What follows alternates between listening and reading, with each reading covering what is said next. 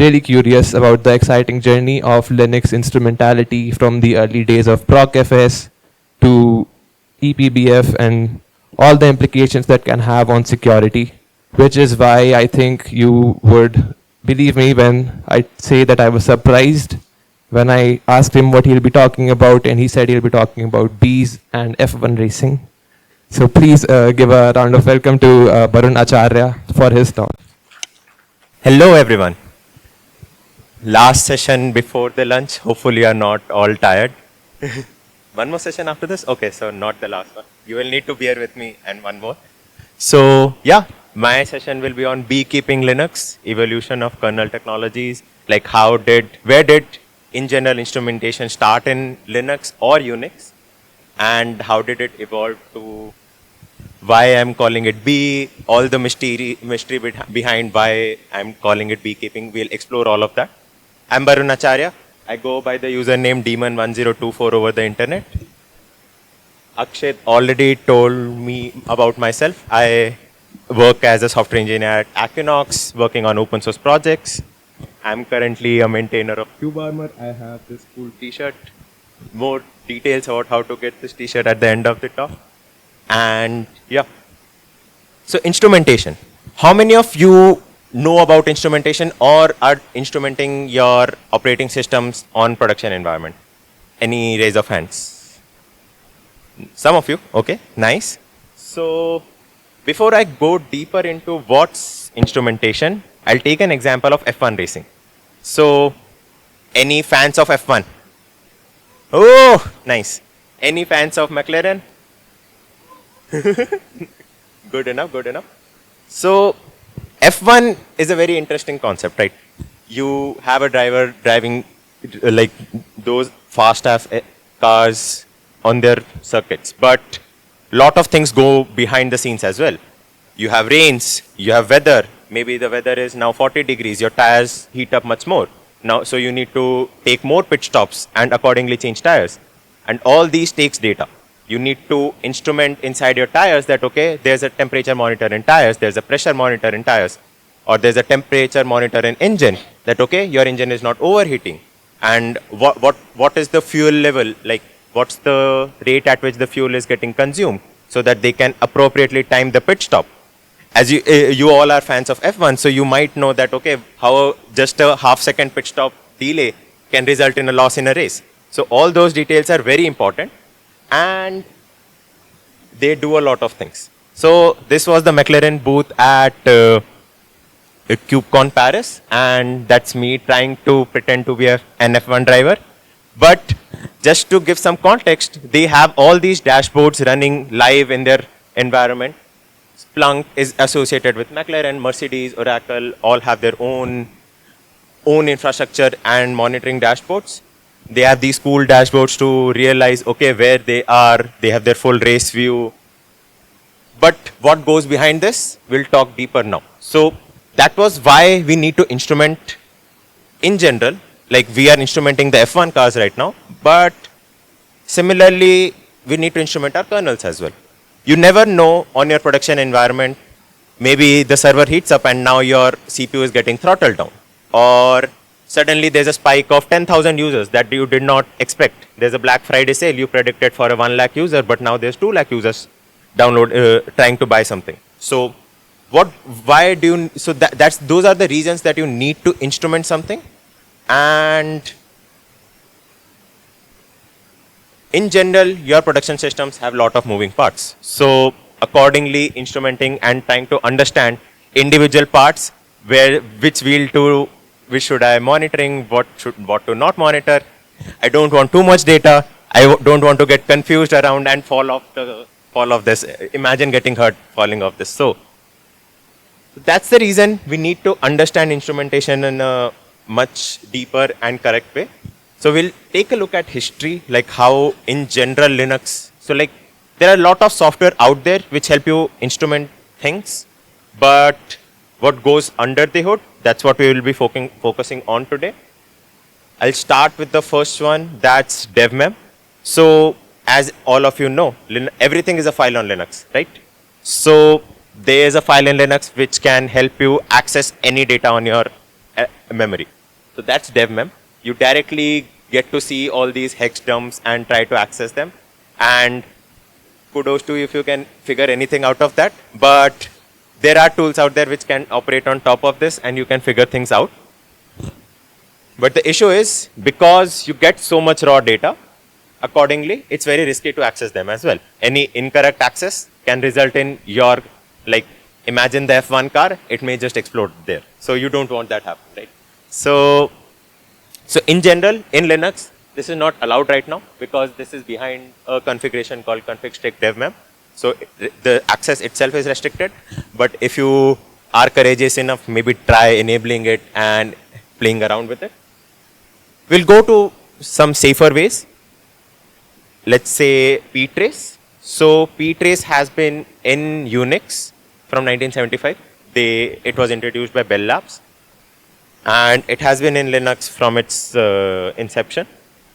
What you can do is you get detailed real-time view of, you can intercept actual system calls to understand what is being done by a specific process. And accordingly, you can try to inspect and manipulate the running program. Any of you here use debuggers? GDB, Delve, yep. So behind that, ptrace is in action. They use ptrace to actually intercept your, so that you add those breakpoints and you can intercept what's happening inside individual lines or function calls. That's what ptrace is about. It's essential for debugging and pinpointing problems, but because it is so intrusive in nature, imagine adding a breakpoint and stopping the entire thread. That you doing in a production environment is not something you would want to do. And that's why it's non-performant in nature and you cannot do it, run it in production environments. An example here was that this is a sample application built by Rudraksh. He's in the, and you try to cat the file and the exact exec call is trapped. You can choose to stop the thread there and it can close, and you can choose to deny it or just modify what is being written to file. All those controls are available as part of ptrace. Next is, because ptrace was so intrusive in nature, we discuss about procfs. So anyone has played around procfs here? A lot of you. So procfs has been there in Linux from Linux 1.0. We are on Linux 6.10 right now, 6.11. So it has been there from the start, but it was there from 0.8 or something, but actual production Linux, like general availability, was from 1.0. You can extract details like CPU usage, memory usage, device statuses, what was the actual process that was executed. So an example of that is, I just listed down what all processes are running on my system right now. So I did that. I got access to Firefox, GGS console, ls. So this was the ls that was executed, and you can see it has a keyword called self. So it can trace actually itself as well. So as it gets executed, it gets populated in that file system. A more valid use case of this is CPU usage. Top users. So everyone does that, right?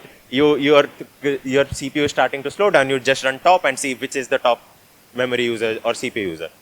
Under the hood, this is the bash command that it might, like, it's much more optimized that way, but you can actually trace procfs to try now. So this was the Firefox binary that I did. So you can see isolated web container. This is the raw data, but neither I can understand, if I don't think anyone of you can understand. So I passed it to something and I get the CPU usage to 2.6%, and every second it will keep tracking. But now the issue here is that I need to poll this information.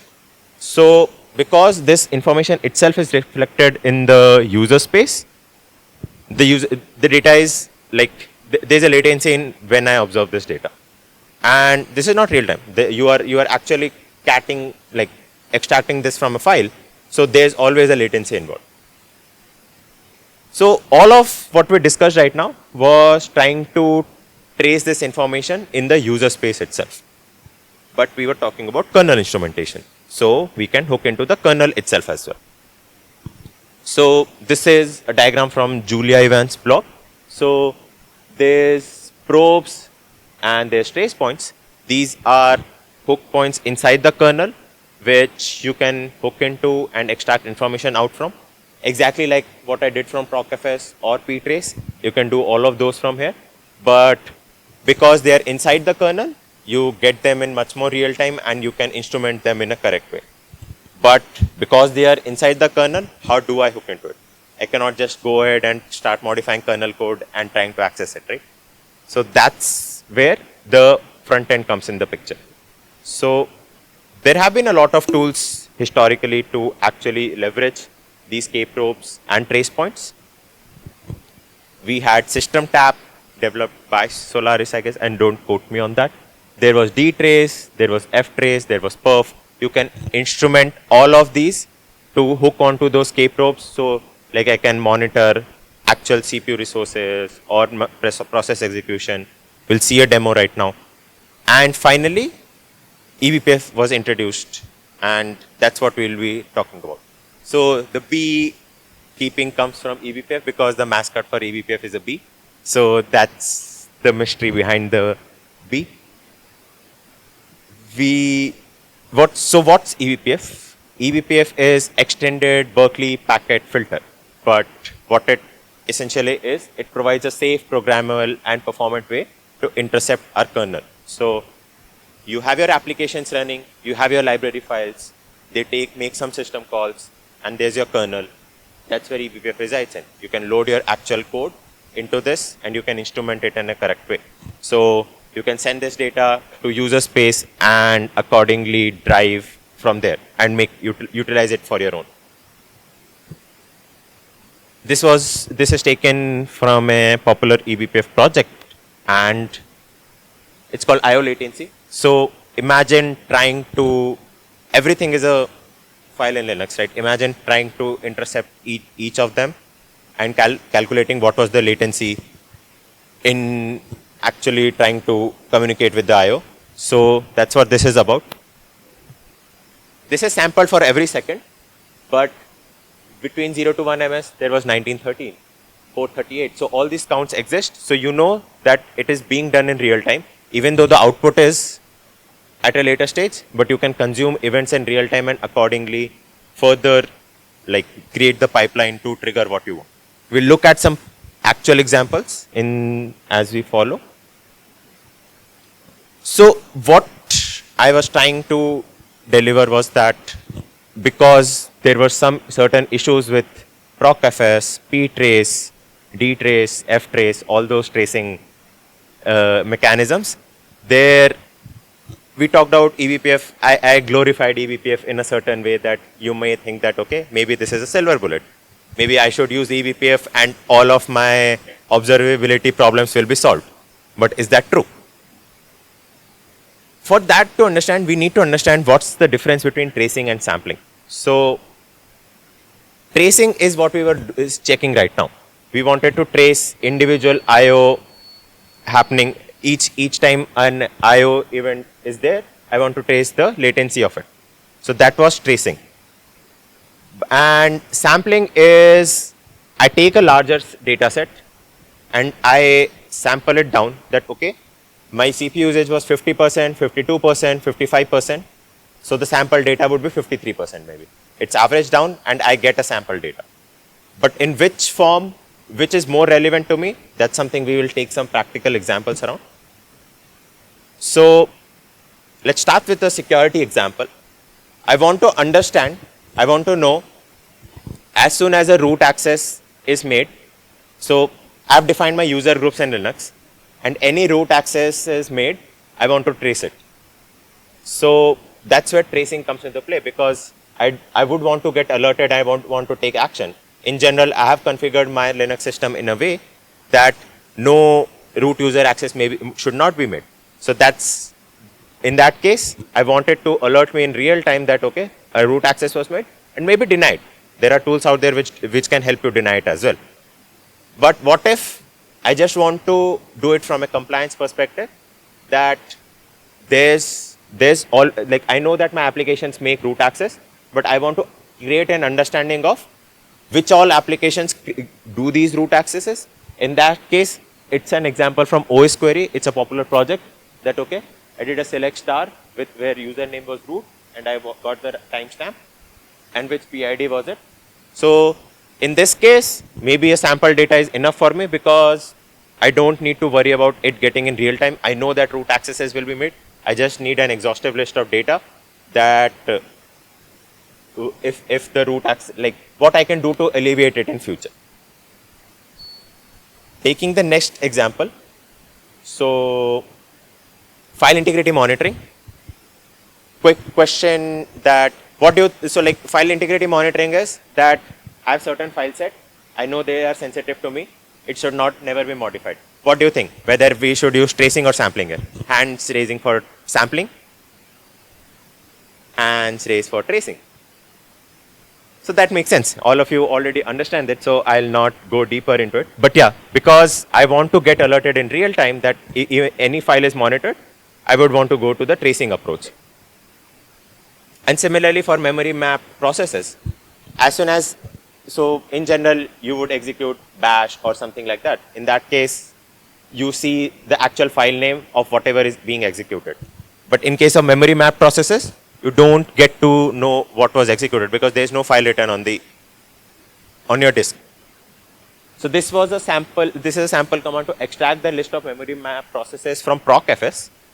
But depending on, again, my use case, whether I want to just understand how many memory map use cases were done, or I want to get alerted in real time that, okay, no memory map processes should have been executed, I would go with the tracing or sampling approach.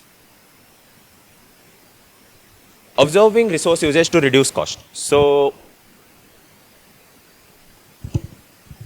I have maybe tens of thousands of machines running on my like data center, and I just want to see how many of them are underutilized. In that case, tracing would be too much, right? I implementing tracing on 10,000 of my virtual machines to understand what's my CPU usage in real time on every microsecond. That would be too much. So that's where sampling approach comes into play, that okay, every 1 second or 2 second interval, I take the CPU usage and accordingly publish it to a pipeline, and I can debug from there that okay, maybe machine number 100 is underutilized, so I'll scale it down or something like that. Detecting memory leaks. So how many of you had to debug a memory leak problem in your environments? Or are still debugging? So maybe this is a daily job. So in case you dealing with memory leaks, you may be attached to a pprof or something like that. But what do you think? Are we tracing real-time memory there, or are you okay with the sample data there? Tracing? Okay, there are hands for tracing. Okay. And like sampling, I'm assuming rest of you are sampling. Yeah. So, and this is a subjective question, because if the memory leak is in a certain time, that if the memory leak happens in this interval, that okay, there was a spike, then it reduced, and it goes in that stopgap pattern. In that case, maybe you would need to do tracing, because in that 5-second interval, your memory is again reset by maybe garbage collector or something. But in case it keeps growing, sample data is fine, because even after 10 seconds, my memory will keep increasing. So at 1 minute interval, I would know that okay, my certain component was using 1 GB of data, now it's using 2 GB of data. So that's where it increases, and that's how it's handled. So yeah, that was about tracing versus sampling, and in general, instrumenting your Linux kernel. Thank you.